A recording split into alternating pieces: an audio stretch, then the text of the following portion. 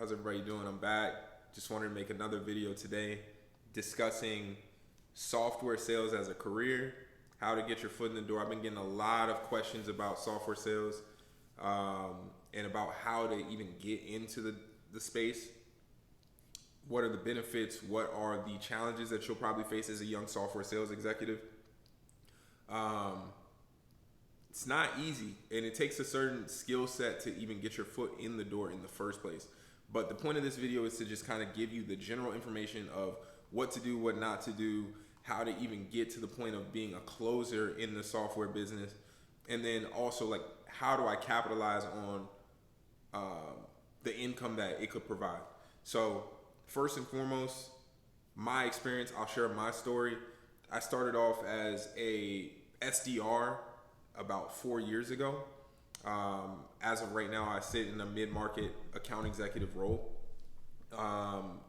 Really was a grind. You know, starting out as an SDR, you're making 30, 50, 60 calls a day. Some people like to lie and say they're making 100, but it's like, what calls are you making? To me, it's more so about having meaningful conversations over the call numbers. But regardless, it's still a lot of calls.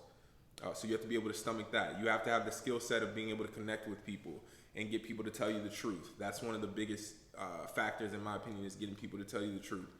Outside of that, you also have to be able to find opportunity for your account executive as an SDR, and then you want to book appointments very definitively and make people excited about going into that next step, right?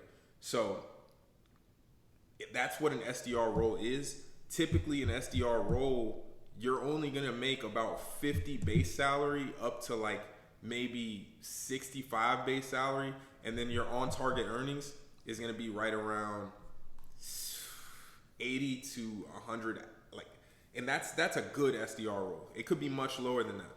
Now, these terms I'm using, such as base salary, OTE, stuff like that, you might not be familiar, so let me break that down.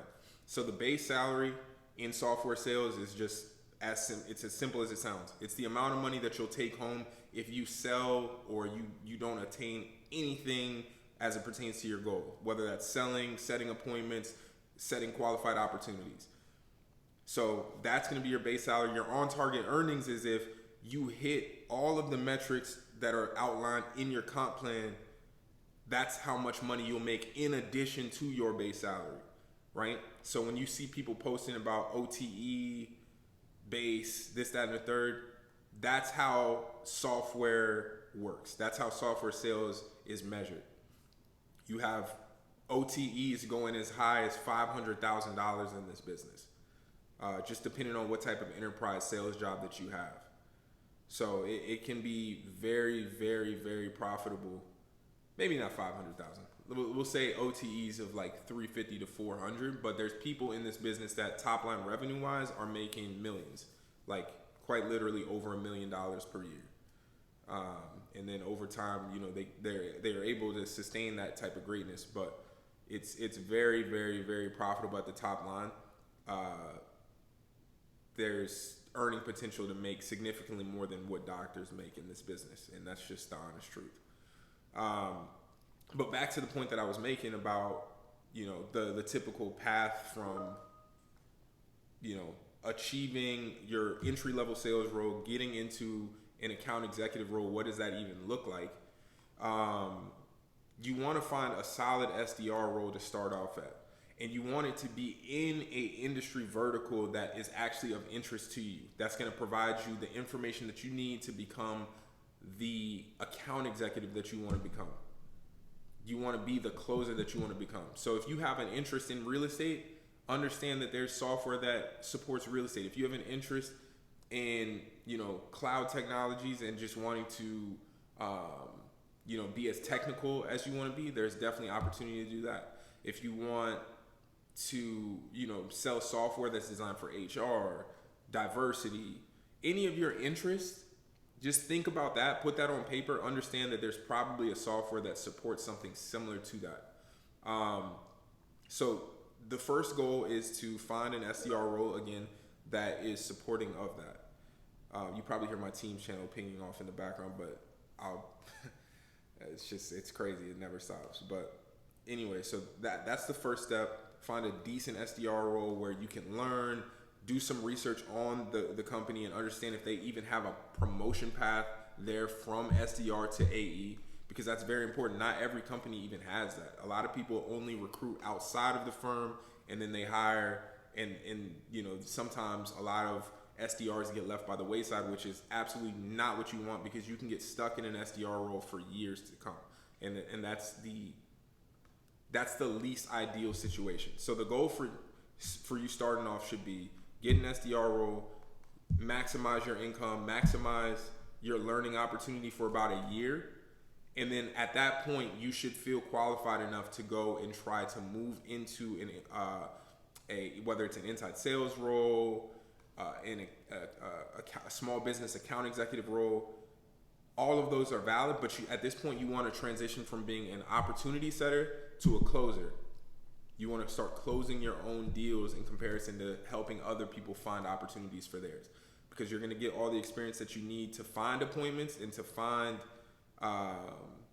qualified leads as an SDR, but you're not going to make nearly the amount of money as you will as an SMB account executive or as a mid-market account executive. So that's the next step, is you want to move into a closing role. And typically, and once you get to that point, that's where a lot of the real grind begins, is because it takes a lot of time and energy and effort to close these deals. I mean, there's more transactional sales opportunities. There's also more sales opportunities out there that are, longer sales cycle, which could be as long as 6 months to a year for each deal that you start working on as an average closing time.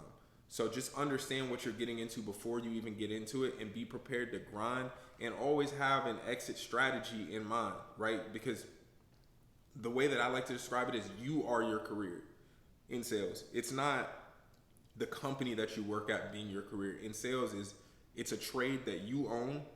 You're a value-added business partner to whatever company you decide to work for, and then you go on to the next value add part, to the next partnership, if you will. View yourself as a sales partner rather than an employee, because it's the only kind of business like it, where you genuinely are bringing money to the table for the company. You are keeping the lights on.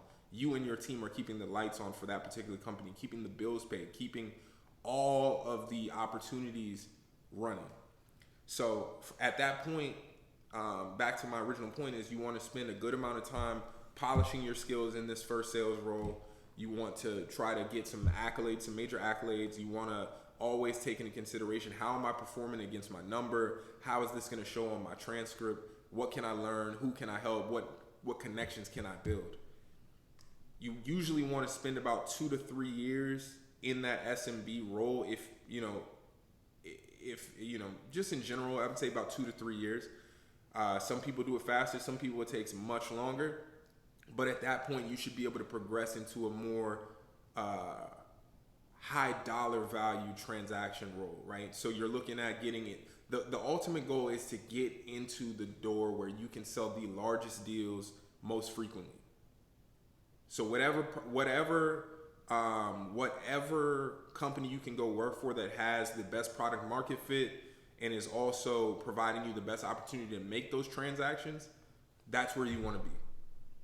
As long as it lines up with your interests and with your vision for your career, that's where you want to be 100% of the time. It's a simple process. Who wants the product? How much are they paying for that product? That's the way to simplify it. So that's what your next opportunity should look like, whether it's with the same company that you were with as an SMB AE, or if it's a completely different opportunity, so be it. Sometimes you have to make vertical moves outside of your company. Now, once you get to that point, you spend some time as a mid-market AE or whatever it may be. If you really want to maximize your income potential, your eyes should be fixated on becoming what's called an enterprise account executive. That's the top of the line. That's pretty much the most money you can make as a salesperson, and I would argue potentially as almost any job that's certified by like corporate America, if you will, like a traditional type of role. That's where you start seeing incomes based into, the 250 base range and OTEs of like 400 or so. It gets very, very lucrative just depending on where you go. Like if you're working for like Google Cloud, Microsoft, Amazon Web Services, Oracle, JLLT, like places like that, there's definitely opportunities for you to make a lot of money. And I know a lot of people who are doing that personally. So once you get past that SMB role, that's where your vision should be. You might have to make a pit stop and become a mid-market account executive, which is also very lucrative. You might have to make a horizontal move, unfortunately, but it doesn't matter. It's the same process of what you did to become an SDR, to become an SMB AE. Now you're looking for a mid-market role or an enterprise role. And then once you get to that point, which typically those type of jobs are looking for 5 to 7 years of experience in SaaS sales with a proven track record, which again, that's why your track record is so important in this business. That's when you start looking at top of the line earning potential. And there's so many jobs out there. And again, I'm going to backtrack. Your transcript, your sales performance in your past roles is so important for this reason. Because every company at a point just wants to know, who have you made money for? Nobody in this business will tell you that, but I'll tell you. They want to know, who have you made money for in this business? Who? Can they vouch for that? Is there anybody who can say, this salesperson, Zach Braswell, went to President's Club, we sent him on a free trip to Hawaii because he made us $1 million in revenue in 1 year? There has to be that. It has to be there for you in order to get into these top of the line sales roles. But once you get there, I mean, there's people literally blowing it out of the water every day. I probably will do a more detailed breakdown of this, at a different point, just at each individual path. Best practices as an SDR, best practices as an entry-level AE or account executive, best practices as a mid-market account executive, best practices as an enterprise guy, which I'm not there yet, to be quite frank. I'm a mid-market account executive. But the point being is, it's there. The opportunities are there. There needs to be more people taking advantage of these opportunities, and they need to be guided in the direction of understanding what sales truly is, and the career path and promotion path that's necessary to get to the money. So that's really where I want to let off the gas for right now. But I'm gonna be making tons more videos like this around my career and just talking about what has even brought me to this point. Because it's been a hell of a story for me to even get here as a 6-figure income earner at the age of 27. It's only going up. It's only going to continue to go up from here because I made certain sacrifices that a lot of people would probably do the same had they known. It's just unfortunate that I had to teach myself. But to recap, you want to get an SDR role, an entry-level SDR role. You want to move into an SMB account executive role, any entry-level account executive job that will welcome you in, and it's in the career path that you see, like you're interested in it. Don't just take a sales job because you just feel it. Like, no, find something that you're actually interested in selling. Period. It has to be something that you're interested in selling, or else you're going to start hating it. You're just not going to enjoy selling it, and it's going to reflect in your numbers. So that's number 2. Number 3. Maximize your income potential at those entry level jobs. Make sure you get the accolades that you're looking for. Make sure it's documented. Make sure you're building the case for why you should be a career seller at the enterprise level. And then you want to start positioning yourself either for an internal promotion or to go outside of your entry level company and find a top of the line mid market sales job or an enterprise job. Period. If you follow that path, you'll be able to make enough money to be able to retire in 10 years or less. Just period. I don't care if you have the sales skills, if you're constantly sharpening your tools, if you're constantly working on yourself as a sales executive, if you're aware of what you want, you'll get that. you'll get that type of income opportunity, because you can go on repview.com and just take a look. There's account executive jobs where the top line earner, the 1% earners, are making over $1 million a year. That's what we're all in this game for. All the real A players, the people who really want to, make something out of their lives in this business and provide abnormal financial opportunities for their families, that's what we're here for. So, I'll continue to make videos like this. Like, subscribe, comment if this is even a little bit helpful. I'm sure I'm a fresh face. You probably don't see as many sales executives like me on the internet.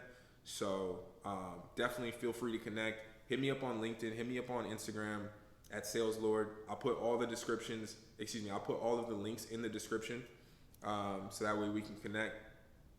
Peace.